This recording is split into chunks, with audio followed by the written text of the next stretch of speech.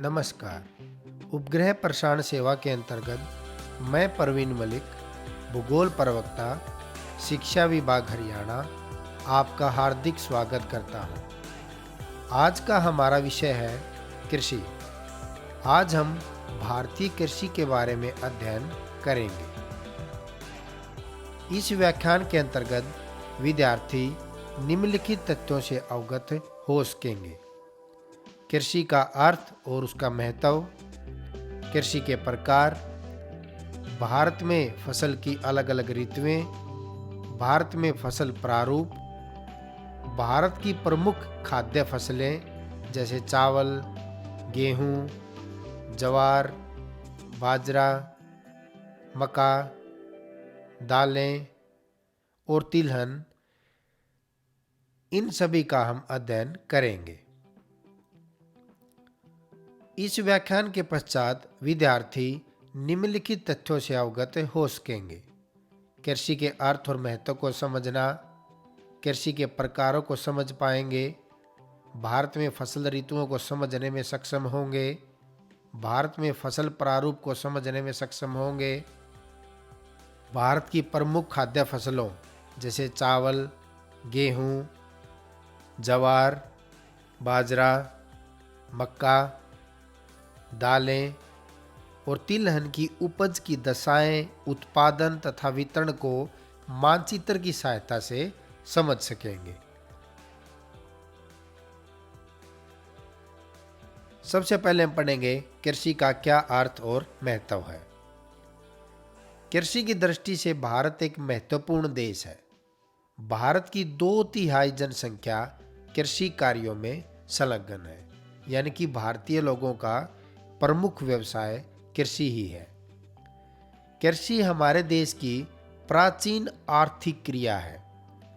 कृषि एक प्राथमिक क्रिया है जो हमारे लिए अधिकांश खाद्यान्न उत्पन्न करती है। कृषि विभिन्न उद्योगों के लिए कच्चा माल भी पैदा करती है। इस प्रकार से मिट्टी को जोतना, उसमें विभिन्न फसलें व फल उगाना तथा पशुपालन करने की कला और विज्ञान को कृषि कहते हैं।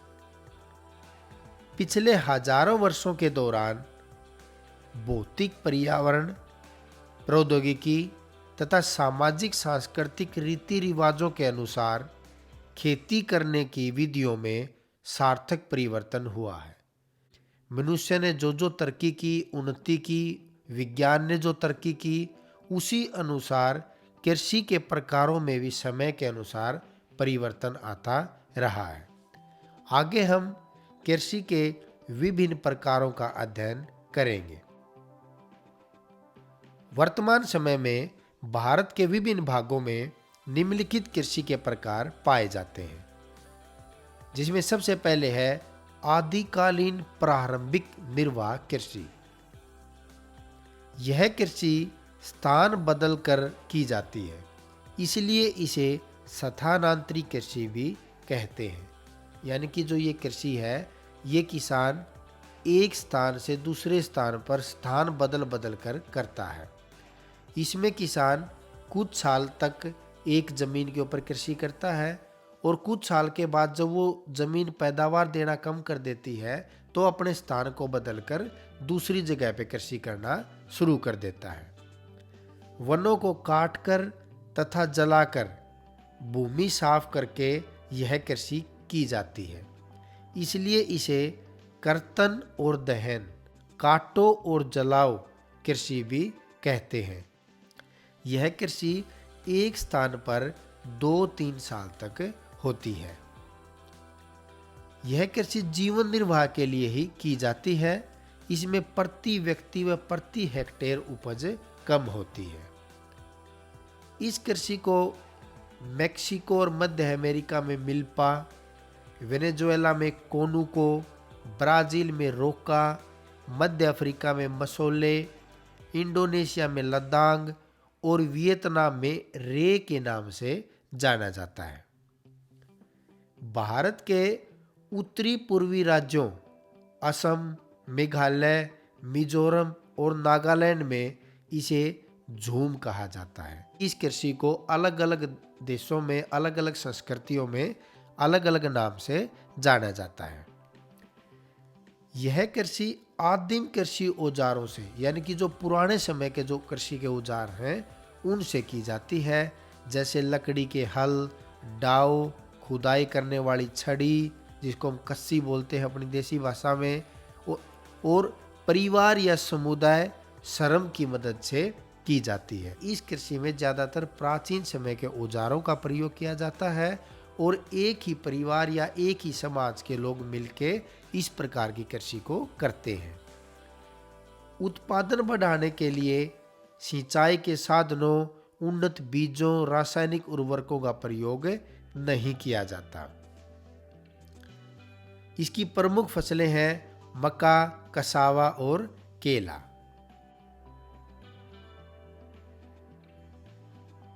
कृषि का दूसरा प्रकार है गहन निर्वाह अथवा जीविका कृषि। यह कृषि सघन जनसंख्या वाले क्षेत्रों में की जाती है, इसलिए कृषि भूमि पर अधिक दबाव होता है। इसके नाम से ही पता चल रहा है, गहन निर्वाह कृषि थोड़ी जमीन के ऊपर ज़्यादा फसल की पैदावार इस कृषि के अंतर्गत ली जाती है। और जीविका कृषि का नाम इसको इसलिए दिया गया है कि ज़्यादातर इस प्रकार की कृषि एक किसान अपने परिवार की जीविका चलाने के लिए करता है। इस कृषि में प्रति व्यक्ति व प्रति हेक्टेयर उपज ज़्यादा होती है, क्योंकि थोड़ी ज़मीन के ऊपर पैदावार ज़्यादा ली जाती है, जनसंख्या यहाँ पर अधिक होती है और पैदावार भी अधिक ली जाती है। किसान पीढ़ी दर पीढ़ी भूमि का स्वामी रहता है। जैसे हमारा हरियाणा है, यहाँ पर ज़्यादातर जो कृषि है वो इसी प्रकार की गहन निर्वाह कृषि की जाती है। उत्तर भारत के मैदान में ज़्यादातर इसी प्रकार की कृषि की जाती है। इस प्रकार की कृषि में आधुनिक मशीनों तथा उपकरणों का प्रयोग होता है तथा उत्पादन बढ़ाने के लिए सिंचाई के साधनों जैसे ट्यूबवेल, नहरें इत्यादि का प्रयोग किया जाता है। उन्नत बीजों, रासायनिक उर्वरकों का भी इसमें खूब प्रयोग किया जाता है। यह कृषि एक ही स्थान पर की जाती है, इसलिए इसे स्थानबद्ध कृषि भी कहते हैं। यह कृषि दो प्रकार की होती है। चावल पर धान। चावल की फसल इस कृषि की प्रमुख फसल होती है। जिस गहन निर्वाह कृषि में ज़्यादातर चावल का उत्पादन किया जाता है वो चावल प्रधान गहन निर्वाह कृषि कहलाती है। और दूसरी होती है चावल रहित। भौगोलिक कारकों की भिन्नता के कारण वहाँ पर चावल की फसल नहीं उगाई जा सकती। ज़्यादातर वहाँ पर नमी कम होती है, पानी की जल की मात्रा कम होती है, सिंचाई की सुविधा इतनी नहीं हो पाती, तो वहाँ पर कृषि तो गहन ही प्रकार की जाती है, लेकिन वहाँ पर चावल के अलावा गेहूँ, सोयाबीन, जौ, ज्वार, बाजरा इत्यादि की कृषि की जाती है। वो चावल रहित गहन निर्वाह कृषि कहलाती है। वाणिज्य कृषि। इस प्रकार की फसल के मुख्य लक्षण निवेशों जैसे अधिक पैदावार देने वाले बीजों, रासायनिक उर्वरकों और कीटनाशकों के प्रयोग से उच्च पैदावार प्राप्त की जाती है। यानी कि जो वाणिज्य कृषि का प्रमुख उद्देश्य होता है, इसमें खेती व्यापार के लिए की जाती है और ज़्यादा से ज़्यादा पैदावार लेने के लिए अच्छे बीज, रासायनिक उर्वरक और कीटनाशकों का इसमें प्रयोग खूब मात्रा में होता है, जिससे जमीन से ज़्यादा पैदावार ली जा सके। कृषि के वाणिज्यकरण का स्तर विभिन्न प्रदेशों में अलग अलग है। उदाहरण के लिए हरियाणा और पंजाब में चावल एक वाणिज्य की फसल है, परंतु उड़ीसा में यह एक जीविका फसल है। यहाँ पर यह बताने की कोशिश की गई है कि कोई भी एक फसल किसी क्षेत्र में वाणिज्य कृषि के रूप में उगाई जाती है और किसी क्षेत्र में वो निर्वाह के लिए उगाई जाती है। रोपण कृषि। रोपण कृषि एक प्रकार की वाणिज्य खेती ही है। इस प्रकार की खेती में लंबे चौड़े क्षेत्र में एकल फसल बोई जाती है। एक ही प्रकार की फसल ज्यादातर क्षेत्र में उगाई जाती है। रोपण कृषि उद्योग और कृषि के बीच अंतरापृष्ठ है, यानी कि इसकी जो ज्यादातर फसलें हैं वो फसलें उद्योगों के लिए कच्चे माल के रूप में प्रयोग की जाती है। रोपण कृषि व्यापक क्षेत्रों में की जाती है जो अत्यधिक पूंजी और श्रमिकों की सहायता से की जाती है। इससे प्राप्त सारा उत्पादन उद्योगों में कच्चे माल के रूप में प्रयोग होता है। जैसे आप चित्र देखें, चाय, रबड़ और गन्ना, ये सभी किसी न किसी उद्योग के लिए कच्चे माल के रूप में इनका प्रयोग किया जाता है। भारत में चाय, कॉफी, रबड़, गन्ना, केला इत्यादि रोपण फसलें हैं।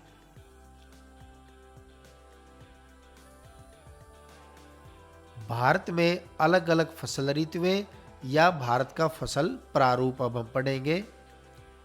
हमारे देश के उत्तरी व आंतरिक भागों में 3 प्रमुख फसल ऋतुएं हैं: खरीफ, रबी, जायद। सबसे पहले है खरीफ की फसल। खरीफ की फसलें अधिकतम दक्षिणी पश्चिमी मानसून के आगमन के साथ बोई जाती हैं। इस प्रकार की फसलें जो जून जुलाई के महीनों में बोई जाती हैं और सितंबर अक्टूबर के महीने तक आते आते उनको काट लिया जाता है, वो फसलें खरीफ की फसलें कहलाती हैं। इसमें ज़्यादातर उष्णकटिबंधीय फसलें उगाई जाती हैं, यानी कि जो गर्म इलाकों में पैदा होने वाली फसलें हैं वो खरीफ की ऋतु में फसलें उगाई जाती हैं। जैसे चावल, कपास, बाजरा, मक्का, ज्वार, अरहर। ये नीचे तालिका दे रखी है। इसमें उत्तरी राज्य यानी कि भारत के जो उत्तरी दिशा के राज्य और दक्षिणी दिशा के जो राज्य हैं उनमें इन फसल ऋतुओं के दौरान प्रमुख कौन सी फसलें उगाई जाती हैं उसका साथ साथ में वर्णन किया गया है। दूसरी है रबी ऋतु। रबी की ऋतु अक्टूबर नवंबर में शरद ऋतु से प्रारंभ होकर और मार्च अप्रैल में समाप्त होती है। इसके अंतर्गत गेहूं, चना, सरसों और जौ उत्तरी भारत में फसलें उगाई जाती हैं। इस समय कम तापमान होने के कारण शीतोष्ण तथा उपोष्ण कटिबंधीय फसलों की बुआई की जाती है।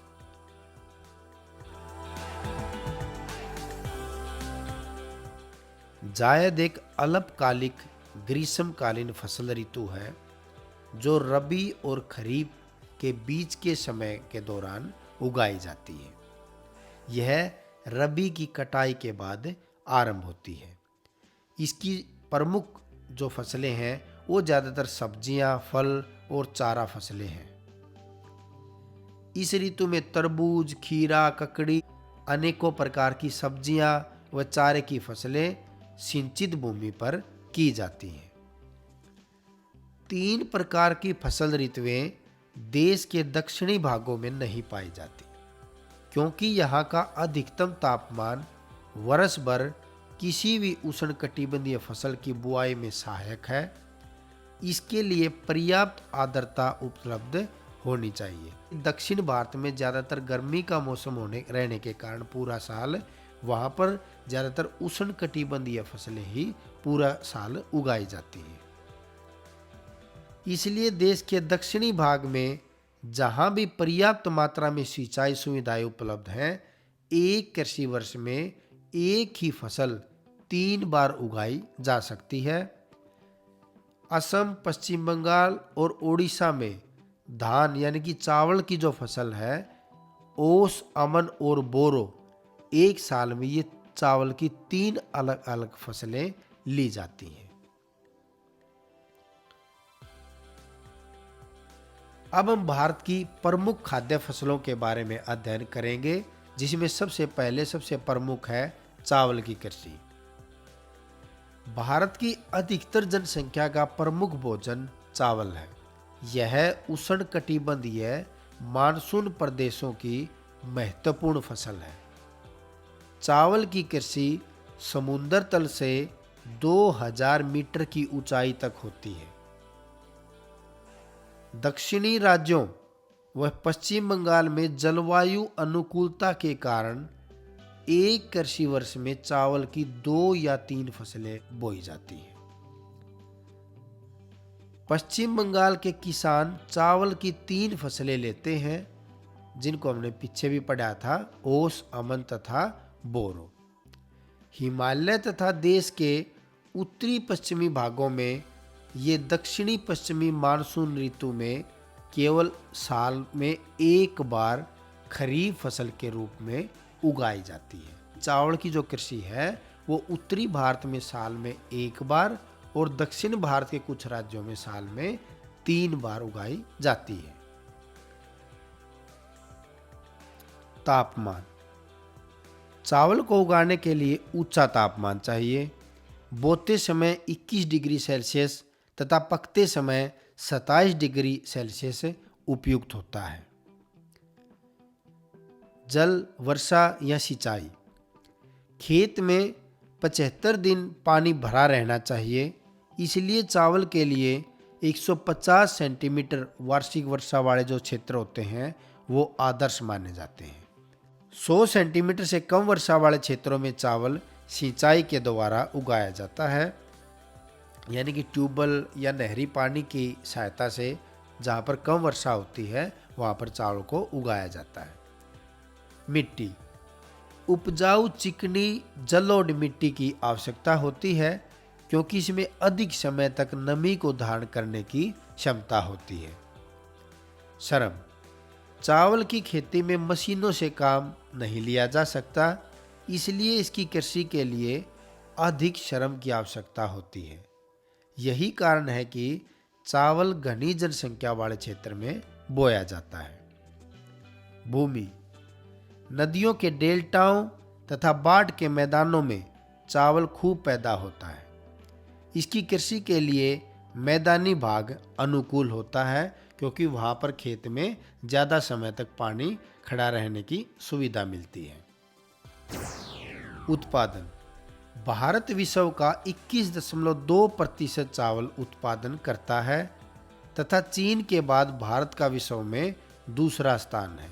ये आंकड़े 2015 के अनुसार है। देश के कुल बोए गए क्षेत्र के 1/4 भाग पर चावल बोया जाता है। अब हम भारत में चावल का वितरण उत्पादन पढ़ेंगे। पश्चिम बंगाल, उत्तर प्रदेश, पंजाब, हरियाणा, आंध्र प्रदेश, तेलंगाना, केरल, उड़ीसा, बिहार, उत्तराखंड। ज़्यादातर आप देखें जो चावल का जो एरिया है वो या तो समुद्र तट की नज़दीक वाला एरिया है या जहाँ पर नदियों के द्वारा सिंचाई की सुविधा उपलब्ध है, उन राज्यों के अंदर ज़्यादातर चावल उगाया जाता है। गेहूं। क्षेत्रफल और उत्पादन के संदर्भ में भारत में चावल के पश्चात गेहूं दूसरा प्रमुख अनाज है। देश के उत्तरी पश्चिमी भाग में रहने वाले लोगों का यह मुख्य आहार है। जैसे हम हरियाणा राज्य में रहते हैं, हमारा मुख्य आहार गेहूं है। यह मुख्यतः शीतोष्ण कटिबंधीय फसल है, यानी कि जो सर्दी की जब शुरुआत होती है अक्टूबर, नवंबर, दिसंबर के महीनों में इस फसल को उगाया जाता है। अतः इसे शरद अर्थात रबी ऋतु में बोया जाता है। गेहूं की कृषि समुद्र तल से 2700 मीटर की ऊंचाई तक होती है। तापमान। गेहूं को बोते समय 10 डिग्री सेल्सियस तथा पकते समय 15 डिग्री सेल्सियस से 21 डिग्री सेल्सियस तापमान की आवश्यकता होती है। पाला इसके लिए हानिकारक है। इसकी कृषि में अगर पाला ज़्यादा समय तक पड़ता है तो वो गेहूं के पौधे को खराब कर देता, नष्ट कर देता है। जल। गेहूं के लिए 50 से 75 सेंटीमीटर वार्षिक वर्षा वाले क्षेत्र आदर्श होते हैं। गेहूं को बोते समय भूमि में नमी होनी चाहिए, वो चाहे आप सिंचाई की सहायता से उपलब्ध कराओ। 100 सेंटीमीटर से अधिक वर्षा वाले क्षेत्रों में गेहूं की कृषि नहीं की जाती, यानी कि गेहूं को चावल की तरह ज़्यादा जल की आवश्यकता नहीं होती। मिट्टी। गेहूं अनेक प्रकार की मिट्टियों में बोया जाता है, परंतु हल्की चिकनी मिट्टी, भारी दोमट मिट्टी और बलुई दोमट मिट्टी गेहूं की खेती के लिए आदर्श मानी जाती है। श्रम। गेहूं की कृषि में कृषि यंत्रों का प्रयोग अधिक होने के कारण धीरे धीरे आज के समय में जो श्रमिकों की आवश्यकता कम होती जा रही है। भूमि। इसकी कृषि के लिए समतल मैदानी भाग अनुकूल होते हैं, क्योंकि समतल भूमि पर आधुनिक कृषि यंत्रों का प्रयोग सुगमता से हो सकता है। उत्पादन। भारत विश्व का 11.7% गेहूं उत्पादन करता है 2015 के अनुसार, तथा चीन के बाद भारत का विश्व में दूसरा स्थान है।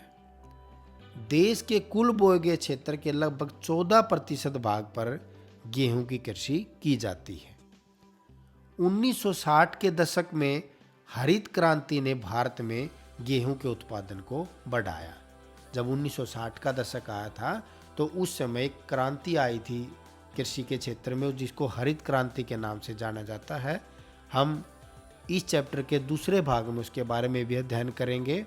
तो उसके बाद भारत में गेहूं का जो उत्पादन है उसमें बहुत ज़्यादा बढ़ोतरी हुई थी। अब हम भारत में गेहूं का उत्पादन और वितरण को पढ़ेंगे। सबसे ज़्यादा उत्तर प्रदेश, मध्य प्रदेश, पंजाब, हरियाणा, राजस्थान, बिहार, हिमाचल ये प्रमुख राज्य हैं जहां पर गेहूं का उत्पादन किया जाता है। आप इस मानचित्र को देख के अनुमान लगा सकते हैं कि क्यों उत्तर भारत के लोगों का प्रमुख खाद्यान्न गेहूं है। ज़्यादातर उत्तर भारत में इसकी पैदावार की जाती है, क्योंकि यहाँ की जलवायु, मौसम गेहूं की कृषि के लिए अनुकूल है।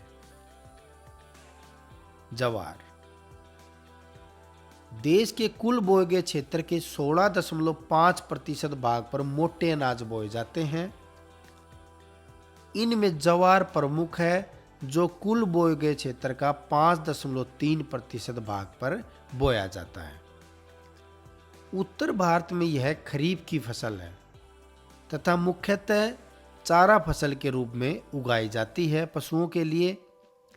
दक्षिणी राज्यों में यह खरीफ तथा रबी दोनों ऋतुओं में बोया जाता है। यह दक्षिण व मध्य भारत के अर्ध शुष्क क्षेत्रों की प्रमुख खाद्य फसल भी है, यानी कि लोग इसका खुद खाने के लिए और पशुओं के चारे के लिए इसकी पैदावार करते हैं। तापमान। जवार एक गर्म तथा अपेक्षाकृत शुष्क प्रदेशों का पौधा है। इसके बढ़ने के लिए 25 डिग्री सेल्सियस से 30 डिग्री सेल्सियस तापमान उपयुक्त होता है। जल। 45 सेंटीमीटर औसत वार्षिक वर्षा उपयुक्त होती है। यह फसल बिना सिंचाई के होती है। अधिक वर्षा इसके लिए हानिकारक होती है। मिट्टी। लाल, पीली, दोमट, जलोढ़, चीका और काली मिट्टी इस फसल के लिए सबसे उपयुक्त है। महाराष्ट्र राज्य अकेला देश की आधे से अधिक जवार का उत्पादन करता है। इसके अलावा भारत में प्रमुख राज्य हैं कर्नाटक, मध्य प्रदेश, आंध्र प्रदेश, तेलंगाना। इन सभी राज्यों में जवार की कृषि प्रमुख रूप से की जाती है। बाजरा। बाजरे का प्रयोग खाद्यान्न तथा पशु आहार के रूप में होता है। यह उत्तरी भारत में खरीफ और दक्षिणी भारत में रबी की फसल है। भारत के पश्चिम तथा उत्तर पश्चिम भागों में गर्म तथा शुष्क जलवायु में बाजरा बोया जाता है। यह फसल इस क्षेत्र के शुष्क दौर तथा सूखा सहन करने में समर्थ है, यानी कि बाजरा एक शुष्क इलाके की फसल है। यह एकल तथा मिश्रित फसल के रूप में बोया जाता है, यानी कि बाजरे को अकेला भी एक फसल के रूप में बो सकते हैं या दूसरी फसलों के साथ भी इसको उगाया जाता है। यह फसल देश के कुल बोए गए क्षेत्र के लगभग 5.2% भाग पर बोई जाती है। तापमान 25 डिग्री सेल्सियस से 30 डिग्री सेल्सियस औसत तापमान इसके लिए उपयुक्त होता है। जल 40 सेंटीमीटर से 50 सेंटीमीटर औसत वार्षिक वर्षा इसके लिए उपयुक्त होती है। रेतीली, बलुई, दोमट और उथली यानी कि कम गहरी काली मिट्टी इसके लिए उपयुक्त होती है। भारत में महाराष्ट्र, गुजरात, उत्तर प्रदेश, राजस्थान, हरियाणा इन राज्यों में बाजरे की कृषि की जाती है।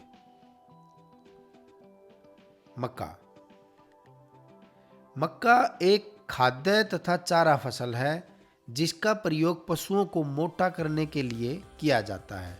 यानी कि जो ज़्यादातर व्यापारिक पशुपालन किया जाता है तो उन पशुओं को जिनको विशेष तौर पर मांस के उत्पादन के लिए पाला जाता है, उनको खिलाने के लिए इसका प्रयोग होता है। मुख्य तौर पर यह फसल कुल बोए गए क्षेत्र के केवल 3.6% भाग में बोई जाती है। इसके लिए 18 डिग्री से 27 डिग्री सेल्सियस तापमान उपयुक्त होता है। जल 75 सेंटीमीटर औसत वार्षिक वर्षा उपयुक्त होती है। पाला और सर्दी इसके लिए हानिकारक होते हैं। नदियों द्वारा बहाकर लाई गई दोमट जलोढ़ मिट्टियां इसके लिए उपयुक्त होती हैं। भारत संसार का केवल 2% मक्का पैदा करता है। यह पूर्वी तथा उत्तर पूर्वी भारत को छोड़कर देश के लगभग सभी हिस्सों में बोई जाती है। कर्नाटक, मध्य प्रदेश, बिहार, आंध्र प्रदेश, तेलंगाना, राजस्थान, उत्तर प्रदेश ये राज्य भारत के प्रमुख राज्य हैं जहां पर मक्का का उत्पादन किया जाता है। दालें प्रचुर मात्रा में प्रोटीन के स्रोत होने के कारण दालें शाकाहारी भोजन के प्रमुख संगठक हैं। ये फलीदार फसलें हैं जो नाइट्रोजन यौगिकरण के द्वारा मिट्टी की प्राकृतिक उर्वरता बढ़ाती हैं। यानी कि जो हमने पहले फसल पढ़ी गेहूं, चावल, हम जब उस फसल को उगाते हैं तो मिट्टी के उपजाऊपन को वो अपनी तरफ खींचते हैं, जिससे मिट्टी उपजाऊ कम रह जाती है। तो अगर हम दालों की खेती करते हैं तो दालें मिट्टी के अंदर नाइट्रोजन की मात्रा को बढ़ाती हैं, जिससे मिट्टी के अंदर प्राकृतिक उपजाऊपन आता है। भारत दालों का प्रमुख उत्पादक देश है। देश के कुल बोए गए क्षेत्र का लगभग 11% भाग दालों के अधीन है। चना, अरहर, मूंग, मोठ, उड़द, मटर, मसूर और लोबिया ये भारत की प्रमुख दालें हैं। उपज की दशाएं अधिक वर्षा वाले क्षेत्रों को छोड़कर दालें देश के सभी भागों में बोई जाती हैं। सबसे प्रमुख है चना, जो भारत में मध्य प्रदेश, उत्तर प्रदेश, तेलंगाना, आंध्र प्रदेश और राजस्थान राज्यों में उगाया जाता है। यह एक शुष्क क्षेत्र की फसल है। अरहर महाराष्ट्र, उत्तर प्रदेश, कर्नाटक, गुजरात, मध्य प्रदेश इन राज्यों में अरहर की पैदावार की जाती है। तिलहन 2008 में भारत विश्व में चीन के बाद दूसरा बड़ा तिलहन का उत्पादक देश था। खाद्य तेल निकालने के लिए तिलहन की खेती की जाती है। यानी कि मुख्य रूप से जिन फसलों का उत्पादन या उनके बीज किसी न किसी प्रकार के तेल को निकालने के लिए जिनका प्रयोग किया जाता है, उन फसलों को हम तिलहन फसलें बोलते हैं। देश के कुल कृषि क्षेत्र के लगभग 12 से 14% भाग पर तिलहन फसलें बोई जाती हैं। तिलहन मुख्यतः शुष्क भूमि की फसल है। भारत की प्रमुख तिलहन फसलों में मूंगफली, तोरिया, सरसों, सोयाबीन, अरंडी, अलसी तथा सूरजमुखी आती है। इनमें से अधिकतर खाद्य हैं और खाना बनाने में जो तेल का प्रयोग होता है उसके लिए इनको प्रयोग किया जाता है। परंतु इनमें से कुछ तेल बीजों को साबुन, श्रृंगार का सामान बनाने के उद्योगों में कच्चे माल के रूप में भी प्रयोग किया जाता है। सबसे पहले प्रमुख तिलहन है मूंगफली। यह मुख्यतः शुष्क प्रदेशों की वर्षा आधारित खरीफ फसल है। दक्षिण भारत में यह रबी ऋतु में बोई जाती है। तिलहनों के कुल उत्पादन का आधा भाग इसी फसल से प्राप्त होता है। भारत विश्व में 15% मूंगफली का उत्पादन करता है 2015 के अनुसार।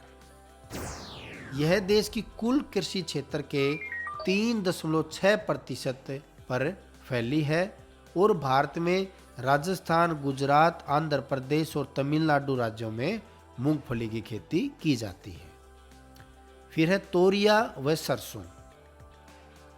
तोरिया तथा सरसों में बहुत से अलग अलग प्रकार के तिलहन सम्मिलित किए जाते हैं, जैसे राई, सरसों, तोरिया, तारामीरा। ये उपोष्ण कटिबंध फसलें हैं तथा भारत के मध्य व उत्तर पश्चिमी भाग में रबी ऋतु में बोई जाती हैं। ये फसलें पाला सहन नहीं कर सकती और भारत में पंजाब, हरियाणा, राजस्थान और मध्य प्रदेश, इन राज्यों में इन फसलों को उगाया जाता है। सोयाबीन। सोयाबीन भारत में मध्य प्रदेश और महाराष्ट्र राज्यों में उगाई जाती है। सूरजमुखी। सूरजमुखी का उत्पादन राजस्थान, कर्नाटक, आंध्र प्रदेश, तेलंगाना, महाराष्ट्र आदि राज्यों में किया जाता है। तो इस प्रकार से प्यारे बच्चों, हमने आज का हमारा जो टॉपिक पढ़ा कृषि का चैप्टर का पहला भाग है, इसके प्रमुख क्वेश्चन इस प्रकार से हैं जिनको आप गृह कार्य के रूप में अपनी नोटबुक में उतारें। कृषि का क्या अर्थ है? कृषि का क्या महत्व है? भारत में विभिन्न फसल ऋतुओं का वर्णन कीजिए, यानी कि रबी की, खरीफ की और जायद की जो फसल हैं वो कौन से कौन से महीनों में बोई और कब वो काटी जाती हैं और उसके दौरान इन ऋतुओं में कौन कौन सी फसलें उगाई जाती हैं। भारत की निम्नलिखित प्रमुख खाद्य फसलों की उपज की दशाएं। उपज की दशाओं का अर्थ है जैसे उस फसल को उगाने के लिए कितना तापमान, कितनी वर्षा या जल की मात्रा, किस प्रकार की मिट्टी और किस प्रकार का धरातल, ये सारी उपज की दशाएं होती हैं। चावल, गेहूं, ज्वार, बाजरा, मक्का, दालें, तिलहन, इन सभी फसलों की उपज की दशाएं, उनका भारत में उत्पादन और मानचित्र के अंदर उनका वितरण, ये सारे आपने अपनी नोटबुक के अंदर उतारने हैं। ये आपके लिए गृह कार्य है। आपने इस वीडियो को देखा, परवीन मलिक की तरफ से धन्यवाद।